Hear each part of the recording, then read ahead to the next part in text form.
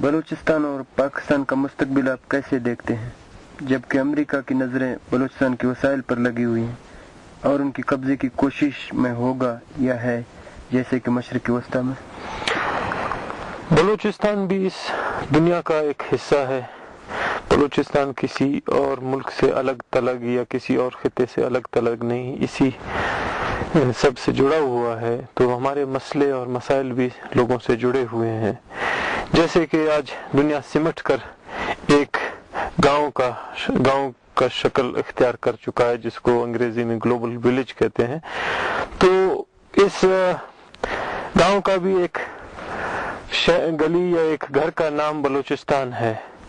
اس گاؤں میں کافی لوگ رہتے ہیں۔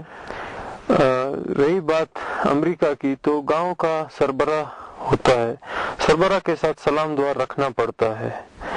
ایک چیز سلام دعا ہے اور دوسری چیز گھر کے مالک گاؤں کے سربراہ کو نہیں قرار دیا جا سکتا۔ گھر کا اپنا ایک وقار، ایک عزت، ایک ننگ و ناموس ہوتا ہے۔ گاؤں کے تکلیف میں یا گاؤں کی مشکلات میں گھر کے لوگ مدد تو کر سکتے ہیں، لیکن گھر کی عزت کو گاؤں پہ نچاور نہیں کیا جا سکتا۔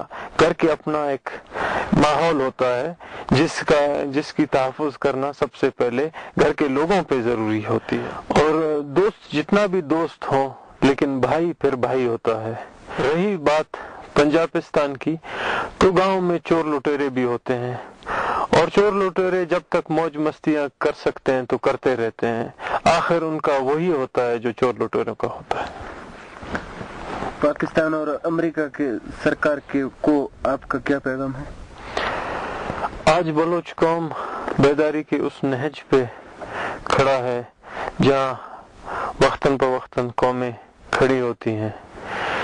یہ ایک حقیقت ہے کہ بڑی طاقتوں کے سامنے بلوچ لاچار اور بے بس نظر آتا ہے، لیکن اس بات کو بھی یاد رکھنا ہوگا کہ بلوچ وہ قوم ہے جس کا وطن وسیع و عریض دریا و دنیا سے مالا مال ہے، اور جس کے جیو پولیٹیکل حیثیت آج بلوچوں سے زیادہ اغیار جانتے ہیں۔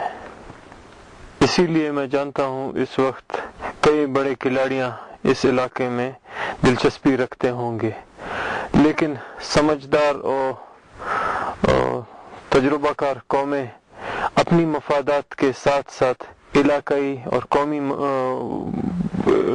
قوموں کے مفادات کو بھی مد نظر رکھتے ہیں، لیکن بلوچ قومی مفادات کو نظر انداز کر کے بڑے قومیں وقتی فائدہ تو بے شک لے سکتے ہیں، لیکن سمجھدار اور باتجربہ کار قومیں اپنی مفادات کے علاوہ علاقائی مفادات کو بھی مد نظر رکھنا ضروری سمجھتے ہیں۔ اور جہاں تک رہی بات پاکستان کی مفادات کی، تو بلوچ ان مفادات کو پورے کرنے کا بالکل پابند نہیں۔ پنجابی جب تک بلوچوں کو لوٹ سکو تو لوٹو، عیش موج مستی کرو، اور جس دن بلوچ اپنے پیروں پہ کھڑے ہو گئے تو نہ صرف آج بلکہ گزرے ہوئے کل کا بھی حساب لے گا، ویسے بھی یہ اوروں کے ٹکڑوں پہ پلنے والا پاکستان کتنے دن اور موج مستی کرے گا۔